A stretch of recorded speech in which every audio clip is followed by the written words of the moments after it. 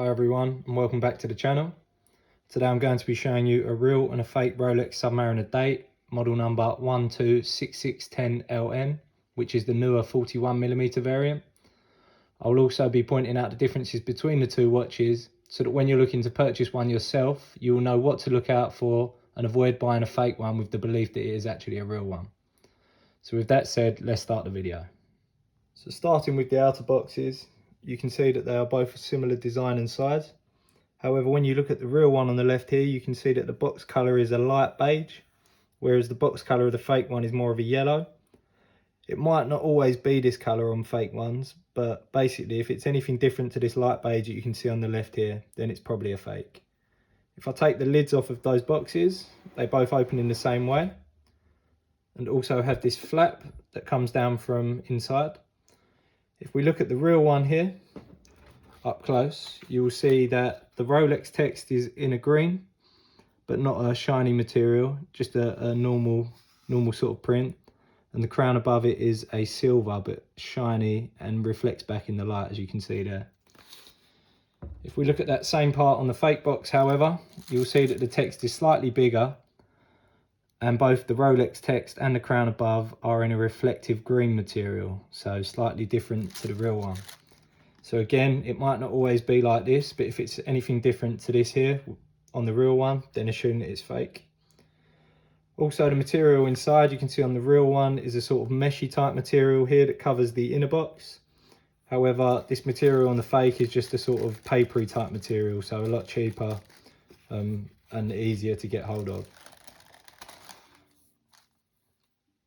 So moving on to the inner boxes, you can see that once again the size and the design are very similar. However, with the real one on the left here, you can see that it's a real green colour, which is a traditional Rolex colour, and this will be the same on any real box. However, on the fake I have here, you can see the colour is slightly different, maybe a little bit darker. And basically, if it's anything different to the colour of this one on the left here, the real one, then assume that the box is fake unless the seller can prove that the box has faded from sunlight or anything like that. If we take a look at the bottom of the boxes also, you'll see that they both have a text on them. The text is slightly different on the fake, but very similar.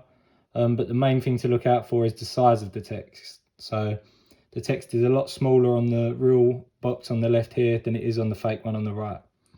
So main things to look out for there really is the colour of the box and the size of the text on the bottom. So if we actually open up that inner box now, both of those, you'll see that on the fake, firstly there's an excess piece of material here which wouldn't be present on any real one, so that's a giveaway there.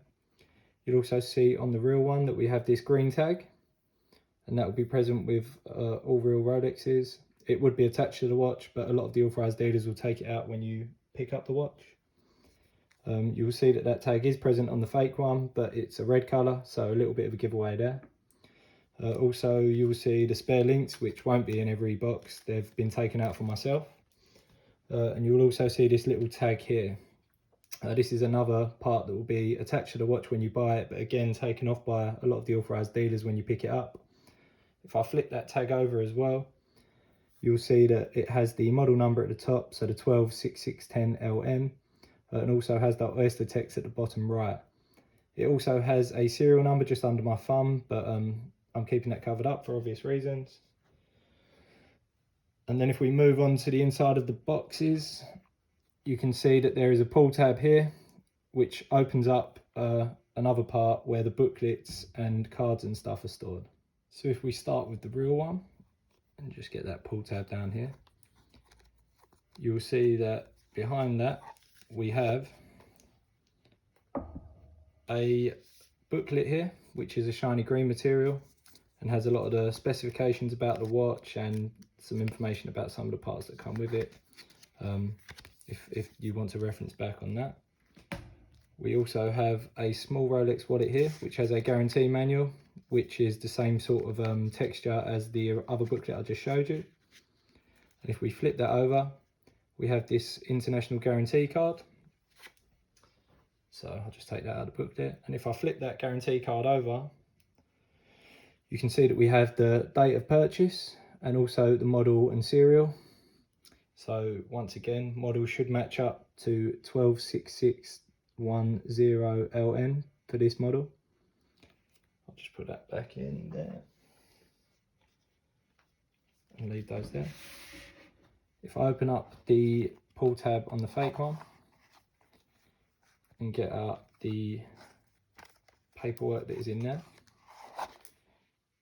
you will see that we do actually have a similar type of wallet, which has a small guarantee manual and a fake 1-year warranty piece of paper and stuff, as well as this other little booklet here. If we flip that over, there is actually a guarantee card in this as well, but there is no model against it, no serial number, and the date of purchase is blank. So if you have a card like this, then it's definitely fake paperwork and probably a fake watch as well. If it does have a serial number present against that, try to match that serial number up to the bottom of the watch here. So on Submariners and other Rolexes, the serial is at the bottom inside of the face if you just look at it from there. And if that serial on the card matches up to that on the bottom, it's normally a good sign, although a lot of fakes would match those up and send those to you, but it gives you something else to look for. So yeah, main parts to look out for here, that the wallet looks like this on the left rather than this on the right or anything else, and that those booklets are the same as the ones you can see here, rather than the cheaper different looking booklets that you can see there. So getting onto the watch itself, as I'm sure you've been waiting for, if you look at the date, keeping the real one on the left here, the date on the real one is very central to the magnifier and the text is quite large. It takes up all of the magnifier when it's zoomed in, whereas the fake one on the right here, the numbering on the date is slightly different, it's slightly off, and it pulls to the left a bit, it's not central. So if I just put those side by side there, you can really see how far off the date is on the fake one on the right compared to the real one on the left. So yeah, make sure the date is taking up most of the magnifier and that it's central, and also that the text is this sort of size that you can see on the real one on the left here.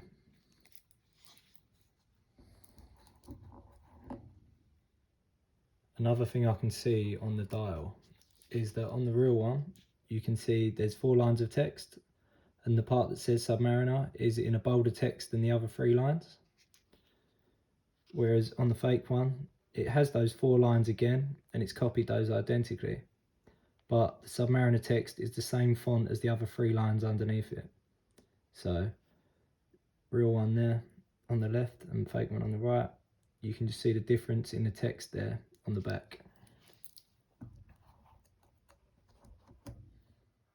So if we take a look at the clasp on the back of the watch, starting with the real one, so if I just unclip that, you'll see this text here inside the clasp.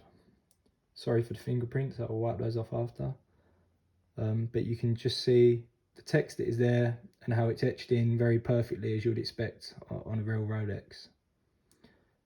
You can also see that when I clip it down, it clips very well. Very smooth, no issues at all. Everything just clips as you would expect. Perfect on a Rolex.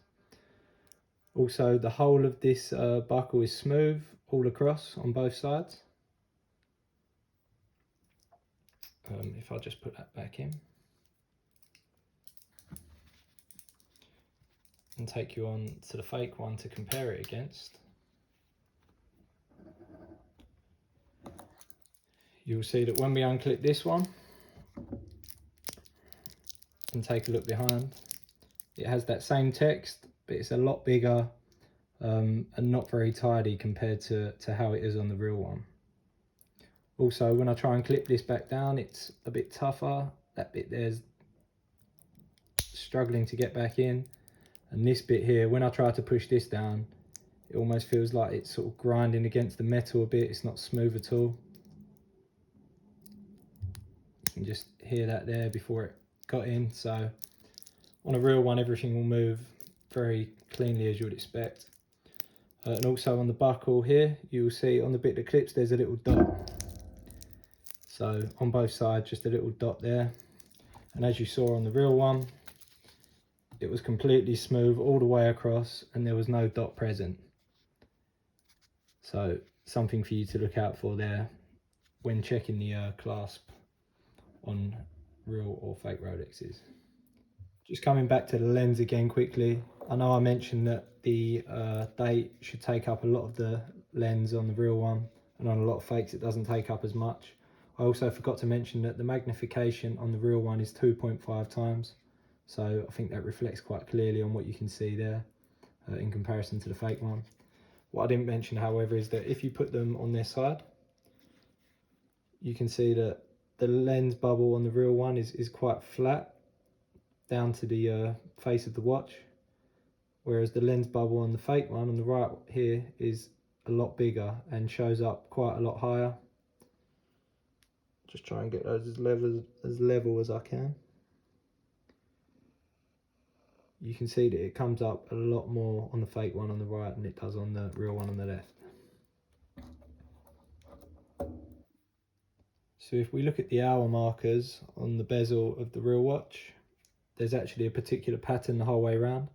So from 5 to 7 the serial number is displayed, but from 7 up to 11 there is Rolex printing the whole way around. And as you can see, the R falls on the hour marker every time across that side of the watch. Once we get from the 1 o'clock down to the 5 o'clock, there is still Rolex printing, but as you can see, the X falls on the hour marker for each part. And that's the whole way around down to 5. If we look at the fake one, however, as I said, the serial number will be between 5 and 7 at the bottom. But the Rolex printing is not in the same position as it was on the fake. So it looks like from the 7 o'clock up to the 11, it's just around the O, but not exactly on it. And from the 1 to 5, it seems to be around the X, but it's not completely bang on in every spot. So you see there, it's nearer to the E than it is the X when you get to 4 o'clock. So one final thing to look out for is that in around 2003 or 2004, I believe it was, Rolex added an etched Rolex crown onto the glass of their watches at around the 6 o'clock mark. A lot of the fake ones don't have this, but if they do, it will be quite easy for you to see. So this one does have it, and it's really easily visible. I can see it right in front of me where I am here. If you had it in your hand, you would. I'll just put it in the light there for you to see.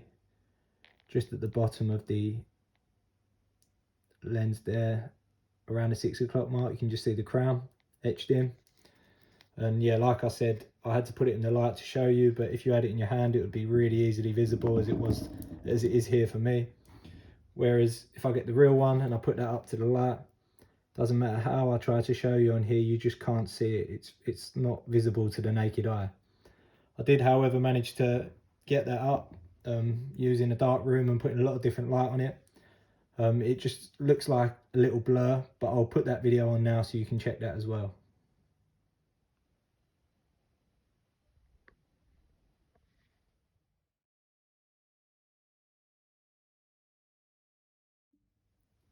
So as you can see from that short clip, the etched in crown is present on the real Rolex.